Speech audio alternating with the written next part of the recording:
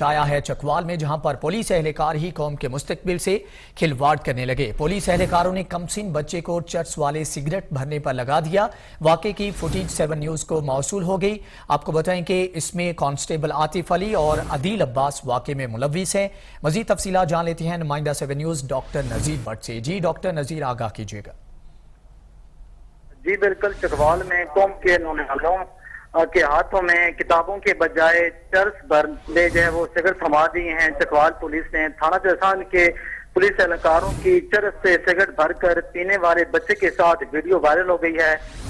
इसकी जो फुटेज है वो 7 न्यूज को मौसूल हो गई है और फुटेज में वाज़ेह देखा जा सकता है कि थाना जैसान के 2 पुलिस एहलकार कस्बा डंडोत के एक कमरे के अंदर जो है वो पुलिस एहलकार जो बच्चे के साथ बैठकर जैसे सिगरेट में चर्च भरवा रहे हैं और इसका जो नोटिस है वो डीपी चकवाल ने ले लिया है और दोनों जो पुलिस एहलकारों के खिलाफ एफआईआर जो वो दर्ज कर लिया है। वीडियो वायरल में पुलिस मुल्जम कांस्टेबल आतिफ अली और अदील अब्बास जो है उनका नाम जो है वो शामिल है। मैं आपको ये भी पता चलो कि इस वाकये से कई सवालात जन्म लेने लगे हैं। पुलिस मंशियात फरोश जो वो करती है, जात से मंशियात फरोश की सरपरस्त करती है, इस हवाले से सवाल उठना शुरू हो गए हैं। जी।